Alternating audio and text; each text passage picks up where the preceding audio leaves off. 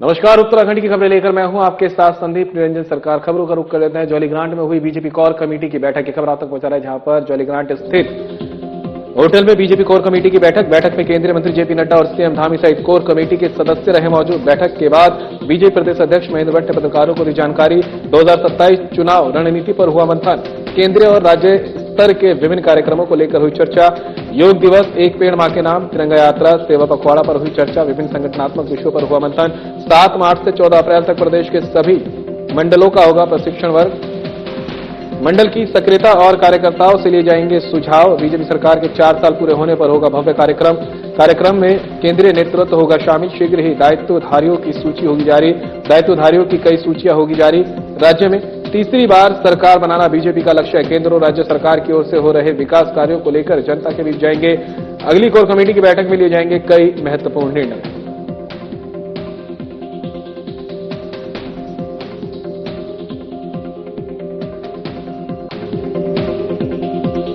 सेवा सुशासन गरीब कल्याण 11 साल के संकल्प की सिद्धि तक 1 जून से 20 जून का एक कार्यक्रम था। इसकी समीक्षा हुई और कार्यक्रम को सभी 19 जनपदों में उसकी प्रेस हुई, प्रोफेशनल मीट हुई, मंडलों में जनसभाएं हुई। मैं कार्यक्रम अलग अलग बताऊंगा, लंबा बैठेगा। जिन कार्यक्रम की समीक्षा हुई उतना ही बताऊंगा।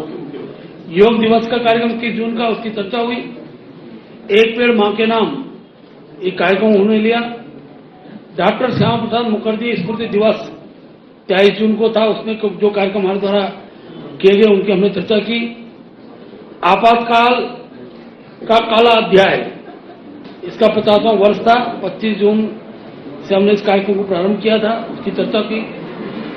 तिरंगा यात्रा 10 अगस्त से 14 अगस्त की, उसकी चर्चा हुई। विभाजन विभीषिका दिवस 14 अगस्त, ये कार्यक्रम हमारे सभी जिला मुख्यालयों में कार्यक्रम, उसकी चर्चा हमने की। विभाजन विभीषिका दिवस 14 अगस्त, 15 अगस्त से एक दिन पहले।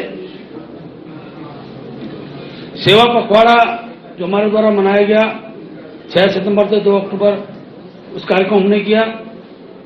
आत्मनिर्भर भारत संकल्प अभियान 17 सितंबर से 25 दिसंबर तक का एक कार्यक्रम था, उसकी चर्चा हुई।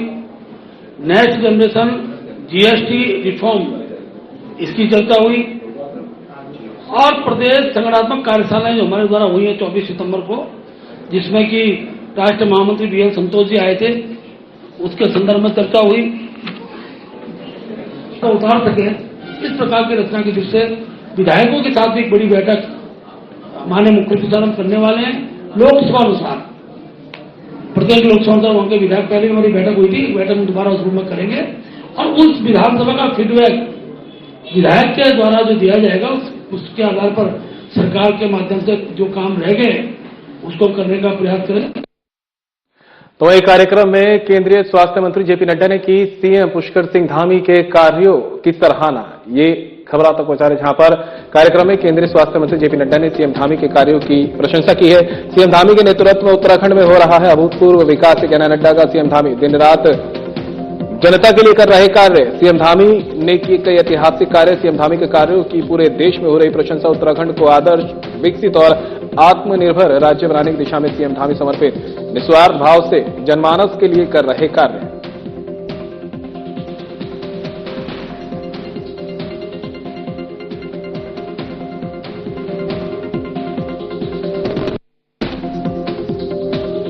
मैं उत्तराखंड में आया हूं तो मैं यह जरूर बोलूंगा कि ये देवभूमि पुष्कर सिंह धामी जी के नेतृत्व में और उनकी टीम को मैं बधाई देना चाहता हूं, जो दिन रात आपकी सेवा में जुटी है और पूरी ताकत के साथ वो काम में लगी है।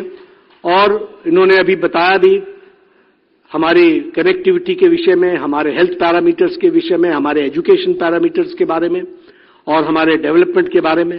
निश्चित रूप से आपके नेतृत्व में आपकी टीम बहुत अच्छा काम कर रही है और ये हम इसके साथ साथ आपको बधाई देते हुए शुभकामना भी देते हैं कि आप इसी तरीके से आगे काम को बढ़ाएं और उत्तराखंड देवभूमि को आगे ले जाएं। ये मैं जरूर आपसे कामना करता हूं। आगामी 16 फरवरी को देहरादून में राजभवन घेराव के लिए कांग्रेस कार्यकर्ताओं ने महानगर कांग्रेस कमेटी के अध्यक्ष अलका पाल के नेतृत्व में बैठक के बाद घेराव सफल बनाने का संकल्प लिया है। कांग्रेस कार्यकर्ताओं की बैठक को संबोधित करते हुए महानगर अध्यक्ष अलकापाल ने बताया कि अखिल भारतीय कांग्रेस कमेटी के आह्वान पर भ्रष्टाचार, महिला उत्पीड़न, बढ़ते अपराध जैसे ज्वलंत मुद्दों को लेकर कांग्रेसी कार्यकर्ता आगामी 16 फरवरी को देहरादून कूच कर राजभवन घेराव में भागीदारी करेंगे। इस कार्यक्रम में कांग्रेस के वरिष्ठ नेताओं सहित राष्ट्रीय स्तर के नेता भी सम्मिलित होंगे। बैठक में एआईसीसी सदस्य और प्रदेश महासचिव अनुपम शर्मा ने बताया कि काशीपुर से बड़ी संख्या में कांग्रेसी कार्यकर्ताओं का काफिला देहरादून कूच करेगा। बीजेपी सरकार की जनविरोधी नीतियों के खिलाफ राजभवन घेराव ऐतिहासिक होगा।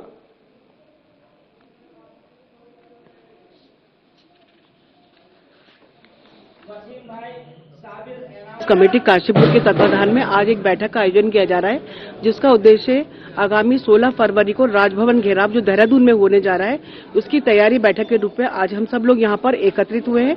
और इस प्रदेश के तमाम सारे मुद्दे जैसे महंगाई, बेरोजगारी, पलायन, जो वन्य जंतुओं से लगातार होने वाले आक्रमण, व्यापारी वर्ग त्रस्त है, कानूनी व्यवस्था सारी ध्वस्त हो चुकी है और तमाम सारी और छूटी महंगाई और बढ़ती महंगाई, आसमान छूते हुए दाम और बेरोजगारी को देखते हुए ये सारी आज महाशिवरात्रि पर्व रविवार को मनाया जाएगा। उत्साहित शिव भक्त हरिद्वार से कांवड़ में गंगा जल लाकर शिवालयों में भगवान शिव का जलाभिषेक करेंगे। इसे लेकर तैयारियां जोरों पर हैं। बम बम भोले के जयकारों के साथ कांवड़िए हरिद्वार से तेजी संग वापस लौट रहे हैं। इसके मद्देनजर पुलिस ने यात्रा मार्ग पर सुरक्षा और बढ़ा दी है। शिव भक्त नाचते गाते मंजिल की ओर बढ़ रहे हैं। हर तरफ बम बम भोले का जय घोष गूंज रहा है। कांवड़ियों के लिए शिव भक्तों ने जगह जगह भंडारे, विश्राम व मेडिकल सुविधा के लिए पंडाल लगाए हैं। वरिष्ठ बीजेपी नेता एवं पीसीयू चेयरमैन राम मेहरोत्रा ने समस्त क्षेत्रवासियों को महाशिवरात्रि पर्व की शुभकामनाएं देते हुए कहा कि हर साल महाशिवरात्रि पर लगभग पूरे उत्तराखंड प्रदेश और उत्तर प्रदेश के शिव भक्त कांवड़ में गंगा जल लेकर गंतव्य को जाते हैं।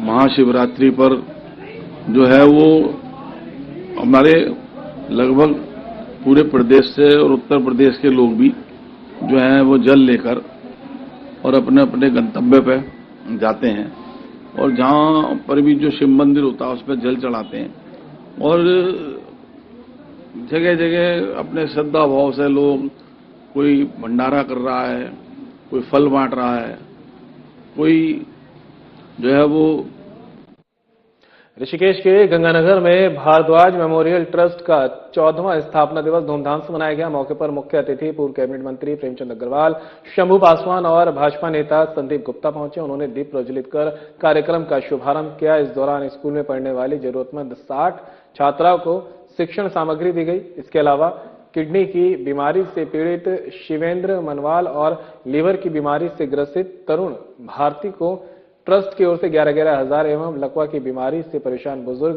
विमल भट्ट को दवाइयां खरीदने के लिए 5,000 की राशि का चेक दिया गया। मौके पर पॉलिथीन हटाओ, जूट के बैग अपनाओ अभियान के तहत 50 बुजुर्ग महिलाओं को जूट के बैग वितरित किए गए। मौके पर पूर्व कैबिनेट मंत्री प्रेमचंद अग्रवाल और महापौर शंभू पासवान ने कहा कि ट्रस्ट समाज हित में बेहतर कार्य कर रहा है। इसकी जितनी सराहना की जाए वे कम है। अन्य संस्थानों को भी इसी प्रकार आर्थिक रूप से कमजोर समाज की मदद के लिए आगे आना चाहिए। ट्रस्ट के अध्यक्ष वीरेंद्र भारद्वाज ने बताया कि उनके पिता स्वर्गीय चंद्रभान की प्रेरणा से ही उन्होंने इस ट्रस्ट का गठन किया है, जिसका उद्देश्य जरूरतमंद लोगों की मदद करना है। इस दौरान सभी अतिथियों का पुष्प गुच्छ भेंट कर स्वागत और शॉल उड़ाकर सम्मान किया गया।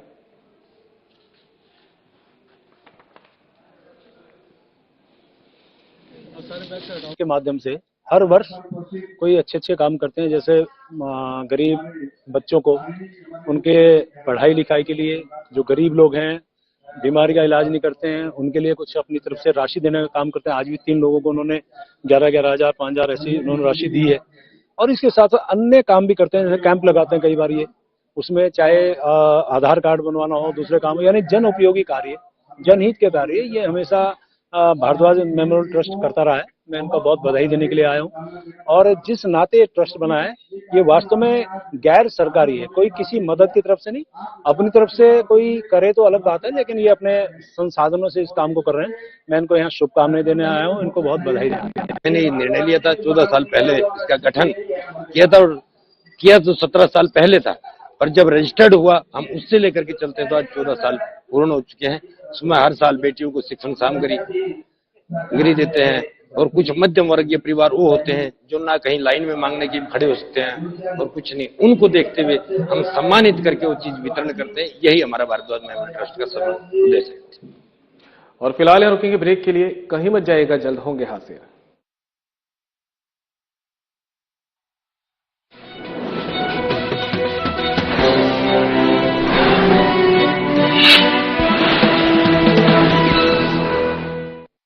समान नागरिक संहिता हमारी बेटियां, माताओं बहनों के गरिमापूर्ण जीवन का आधार बने।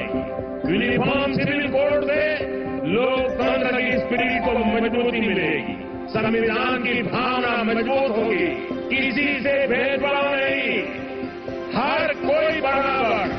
प्रधानमंत्री श्री नरेंद्र मोदी जी की दूरदर्शी प्रेरणा और मुख्यमंत्री श्री पुष्कर सिंह धामी जी के सशक्त नेतृत्व में उत्तराखंड ने इतिहास रचते हुए देश का पहला राज्य बनने का गौरव प्राप्त किया, जहां समान नागरिक संहिता यानी यूनिफॉर्म सिविल कोड को प्रभावी रूप से लागू किया गया है। ये पहल राज्य में संवैधानिक मूल्यों को सुदृढ़ करते हुए समानता, सामाजिक समरसता और महिला सशक्तिकरण की दिशा में एक दूरदर्शी और प्रभावी कदम के रूप में स्थापित हुई है। इस ऐतिहासिक कानून के सफल क्रियान्वयन का 1 वर्ष पूर्ण होने पर उत्तराखंड सुशासन, समान अधिकार और जन विश्वास की उस यात्रा का उत्सव मना रहा है जो एक संकल्प से शुरू होकर अब एक व्यवस्था में परिवर्तित हो गई है। इस पहल की नींव मुख्यमंत्री श्री पुष्कर सिंह धामी जी द्वारा 12 फरवरी 2022 के राज्य विधानसभा चुनावों में जनता से किए गए उस ऐतिहासिक संकल्प से प्रारंभ हुई, जिसे पूरा करने की दिशा में 24 मार्च 2022 को नवगठित सरकार की प्रथम कैबिनेट बैठक में विशेषज्ञ समिति के गठन का निर्णय लिया गया। समिति ने प्रदेश भर में व्यापक संवाद करते हुए नागरिकों से लाखों सुझाव प्राप्त किए और 2 फरवरी 2024 को अपनी विस्तृत रिपोर्ट सरकार को प्रस्तुत की। इसके आधार पर 12 मार्च 2024 को यूसीसी उत्तराखंड अधिनियम 2024 को विधिक स्वीकृति प्रदान की गई और 27 जनवरी 2025 को नियमावली के प्रभावी होने के साथ ये कानून प्रशासनिक और डिजिटल दोनों स्तरों पर पूर्णतः लागू हुआ। इस अधिनियम के अंतर्गत विवाह, वसीयत, तलाक, लिव इन रिलेशनशिप तथा विधिक उत्तराधिकारी घोषणाओं से संबंधित प्रावधानों में सभी नागरिकों के लिए समान और न्याय संगत व्यवस्था सुनिश्चित की गई है।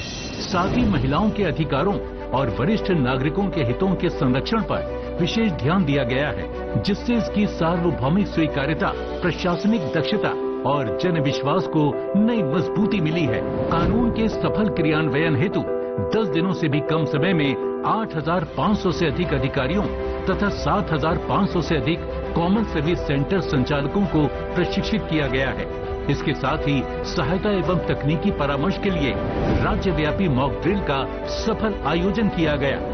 इसके परिणाम स्वरूप 1 वर्ष में राज्य पोर्टल पर लगभग 5 लाख आवेदन प्राप्त हुए, जिनमें से 96% का औसतन 5 दिनों से भी कम समय में निस्तारण हुआ।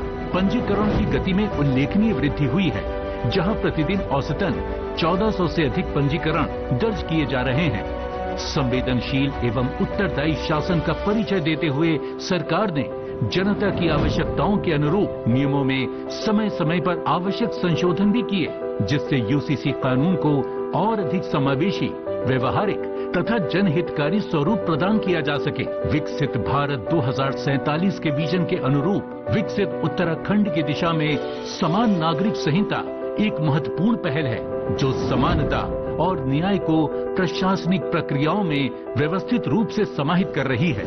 समान नागरिक संहिता, समानता द्वारा समरसता।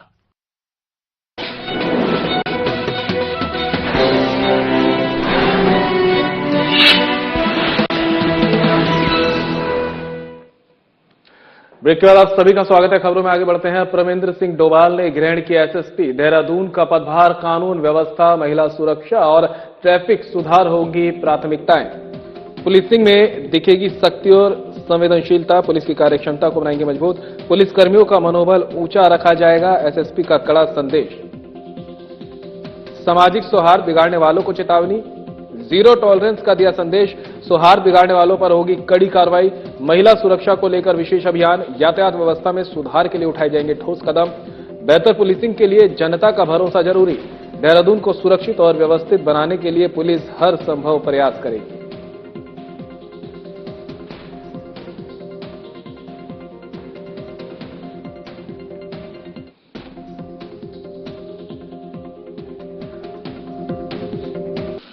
एज एन एसएसपी हरिद्वार से मैं यहाँ पर ट्रांसफर आया हूँ और निश्चित तौर पे देहरादून, क्योंकि मैं पूर्व में भी यहाँ रहा हूँ, देहरादून में कानून व्यवस्था के साथ साथ महिला सुरक्षा और ट्रैफिक हमेशा से पिछले काफी टाइम से एक महत्वपूर्ण चुनौती रहा है और पुलिस ने इस पर लगातार काम भी किया है पूर्व में और मैं निश्चित तौर पर मैं कोशिश करूंगा कि इसमें और ज्यादा गहनता लाई जाए। पुलिस की जो कार्य क्षमता है उसको थोड़ा और बढ़ाया जाए। मैं ये भी कोशिश करूंगा जो हमारा फोर्स है उसका मनोबल भी बना रहे, उसको बढ़ाया जाए। निश्चित तौर पर जो हमारा फोर्स है वो जो हमारे यहाँ लोग हैं उन्हीं के परिवारों से आता है। निश्चित तौर पर सभी लोग जो फील कर रहे हैं, जैसा आपने बताया, कानून व्यवस्था के मामले में एक चुनौती बना है जिसमें देहरादून भी एक महत्वपूर्ण इसका रहा है। तो सबसे पहले मैं कोशिश करूंगा कि अभी जो एक फियर फैक्टर एक स्थिति आई है उसको उस चुनौती से निपटा जा सके और आगे पुलिसिंग को और बेहतर करने के लिए ट्रैफिक मैनेजमेंट, महिला सुरक्षा और कानून व्यवस्था तीन ही मेरे महत्वपूर्ण होते रहेंगे। और मैं आपके माध्यम से कहना चाहूंगा इसमें हम सभी लोगों का, आप लोगों का भी और जितने लोग हैं, मैं उनसे भी ये आग्रह करूंगा कि पुलिस पर थोड़ा भरोसा रखें, उन पर भरोसा रखें। निश्चित तौर पर हमें अच्छा पुलिस आपको देने के। उत्तराखंड पुलिस की स्पेशल टास्क फोर्स ने एक बड़े साइबर परीक्षा घोटाले का खुलासा करते हुए देहरादून स्थित एमकेपी कॉलेज देहरादून में संचालित एक ऑनलाइन परीक्षा केंद्र पर कार्रवाई की है। यह मामला एसएससी की मल्टी लेवल टास्किंग परीक्षा से जुड़ा है, जहां कथित तौर पर तकनीकी छेड़छाड़ कर परीक्षाओं को रिमोट तरीके से हल कराया जा रहा था। जांच में सामने आया कि महादेव डिजिटल सेंटर नामक परीक्षा केंद्र के सर्वर रूम में जमीन के नीचे बने एक गुप्त स्थान में राउटर कनेक्ट और केबल्स का जाल बिछाया गया था। आरोप है कि असली आईपी एड्रेस को बाईपास कर सिस्टम को इस तरह से सेट किया गया था कि परीक्षा कहीं और बैठे व्यक्तियों की ओर से रिमोट एक्सेस के जरिए हल की जा सके। स्क्रीन पर देखने से ऐसा प्रतीत होता था कि अभ्यर्थी स्वयं परीक्षा दे रहा है, जबकि वास्तविकता में पेपर किसी अन्य स्थान से सॉल्व कर सबमिट किया जा रहा था। मामले का खुलासा पुलिस महानिरीक्षक एसटीएफ नीलेश आनंद भरणे ने किया।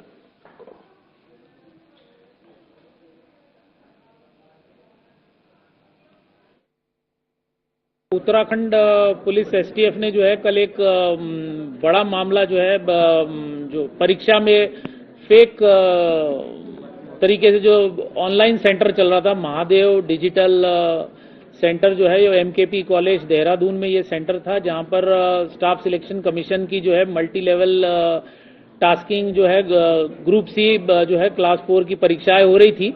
तो इसमें किस तरीके से जो ऑनलाइन परीक्षाओं को जो है उसको फेक जो है आईपी एड्रेस को बाईपास करते हुए जो कैंडिडेट तो सही थे उनके, लेकिन किस तरीके से सिस्टम को जो है सैबोटाज किया गया, बाईपास किया गया और जो है एक रिमोटली एक्सेस तरीके से जो है पेपर को नकल करवाया गया पेपर लोगों। इसमें अभी फिलहाल उत्तराखंड पुलिस ने जो है 2 लोगों को अरेस्ट किया है, जिसमें कि जो सेंटर का संचालक है, मैनेजर एक वो है नीतीश कुमार जो कि देवरिया यूपीए का रहने वाला है, और दूसरा जो है जो इलेक्ट्रीशियन है जो लोकल है, एक उसको अरेस्ट किया है जिसने पूरा सेटअप किया हुआ है।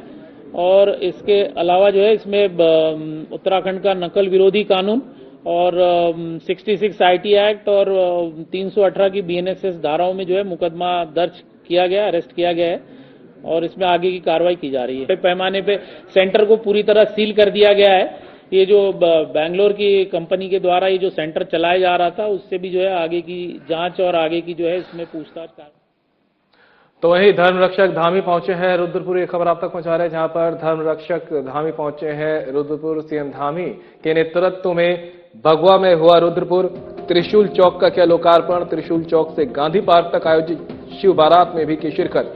सीएम धामी के नेतृत्व में भव्य हुई कांवड़ यात्रा। हरिद्वार से गंगा जल लेकर पहुंचे कांवड़ यात्रियों का किया भव्य स्वागत। सीएम ने शिव बारात में सहभागिता कर लिया आशीर्वाद। सनातन संस्कृति की रक्षा को संकल्पित राज्य सरकार।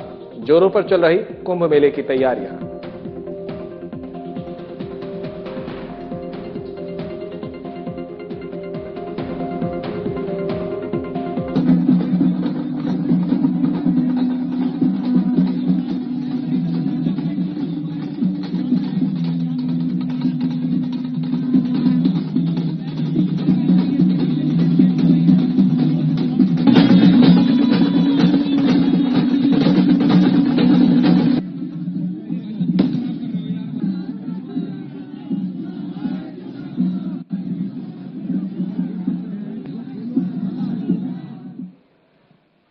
तो सीएम धामी पहुंचे रुद्रपुर। सीएम धामी ने सरस आजीविका मेला के उद्घाटन कार्यक्रम और नगर निगम रुद्रपुर को 1 वर्ष पूर्ण होने के उपलक्ष्य में आयोजित कार्यक्रम में किया प्रतिभाग। कार्यक्रम में नैनीताल सांसद अजय भट्ट भी उपस्थित। आइए अब आपको सीधे लिए चलते हैं रुद्रपुर, जहां सीएम पुष्कर सिंह धामी कार्यक्रम में उपस्थित गणमान्य उपस्थिति को कर रहे हैं संबोधित। स्वागत किया, हमारी बहनों ने फूल बरसाए, तिलक लगाया, हमारे युवा साथियों ने जोश भरे नारे लगाए, अनेक प्रकार के वो जेसीबी के ऊपर चढ़कर वहां से भी उन्होंने फूल डालने का काम किया। बड़े बुजुर्गों ने आशीर्वाद दिया। मैं भी आप सभी का दोनों हाथ जोड़कर, सिर झुकाकर आप सबका अभिनंदन करता हूं, जिन्होंने निरंतर इस क्षेत्र के विकास को आगे बढ़ाने का काम किया है। भाइयों बहनों, मेरा सौभाग्य है कि आज रुद्रपुर के चहुमुखी विकास के लिए 288 करोड़ रुपए से अधिक की 61 विकास परियोजनाओं का लोकार्पण और शिलान्यास का आप सबके बीच में आकर यहां पर उन सभी का आज लोकार्पण शिलान्यास करने का सौभाग्य प्राप्त हुआ है। और ये परियोजनाएं आने वाले समय में रुद्रपुर के विकास, विश्वास और भविष्य की नई ऊंचाइयों तक ले जाने का काम करेंगे। यहां के नागरिकों के जीवन को आसान बनाने का काम करेंगे। आप सभी जानते हैं, आदरणीय प्रधानमंत्री मोदी जी के कुशल नेतृत्व और मार्गदर्शन में हमारा राज्य विकास और समृद्धि के नए कीर्तिमान स्थापित कर रहा है। आज कोई क्षेत्र हो, सुदूरवर्ती हमारा गुंजी, नाभी या आदि कैलाश जैसा दूरस्थ क्षेत्र हो, या माड़ा मलारी या हमारा आराकोट, अस्कोट, ये सारे ही क्षेत्रों पर तेज गति से आज इंफ्रास्ट्रक्चर को बनाने का काम हो रहा है। इंफ्रास्ट्रक्चर मजबूत किया जा रहा है। शिक्षा का क्षेत्र हो, स्वास्थ्य का क्षेत्र हो, पेयजल का क्षेत्र हो, सड़कों का क्षेत्र हो। इसी क्रम में आज हमारी सरकार के द्वारा उधम सिंह नगर और रुद्रपुर क्षेत्र के आसपास भी अनेक विकास के कार्य करवाए जा रहे हैं, जहां हम 590 करोड़ रुपए की लागत से रुद्रपुर बाईपास का निर्माण करा रहे हैं। वहीं इसी जनपद में चाहे वो खटीमा टनकपुर बाईपास हो या गदरपुर जसपुर से जोड़ने वाली 4 लेन सड़कों का निर्माण हो।